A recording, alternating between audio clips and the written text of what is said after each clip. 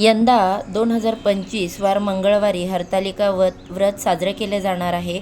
हरतालिका व्रत देवी पार्वतीने भगवान शिवांना आपला पती म्हणून प्राप्त करण्यासाठी हजारो वर्ष जंगलामध्ये तप केले होते. यामुळे कुवारिका आपल्या पती मनासारखा मिळावा यासाठी हे व्रत करतात आणि महिला देखील हे व्रत करतात.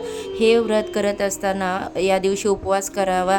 उपवास करताना चुकूनही अन्न ग्रहण करू नये. निर्जल करणं शक्य नसेल तर फलाहार घ्यावा.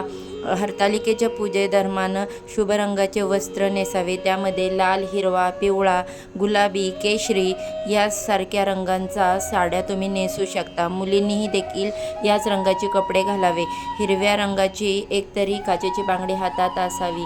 पण हरतालिका व्रताच्या पूजामध्ये काळा रंग टाळावा. काळ्या रंगाची साडी किंवा काळ्या रंगाचे कपडे टाळावा. हे अशुभतेचे प्रतीक आहे. श्री स्वामी समर्थ.